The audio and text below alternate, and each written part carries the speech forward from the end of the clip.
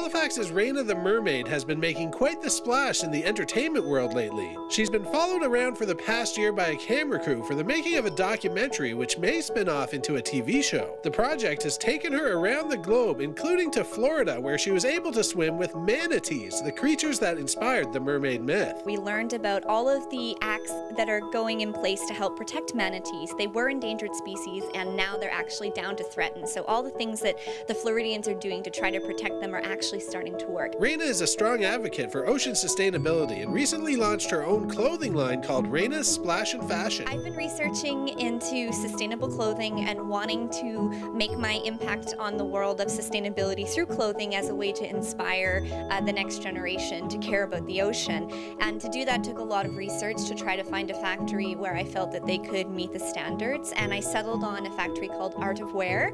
They're out of Montreal and they create all of their own eco-fiber, which is recycled from plastic, which is super cool. So that's less plastic that's going into our landfills and eventually ending up into the ocean. The designs, her underwater photography of different sea creatures, many of which were bioluminescent, so they glow in black light. What's next for Raina? The ocean's the limit. For the Weather Network, I'm Nathan Coleman.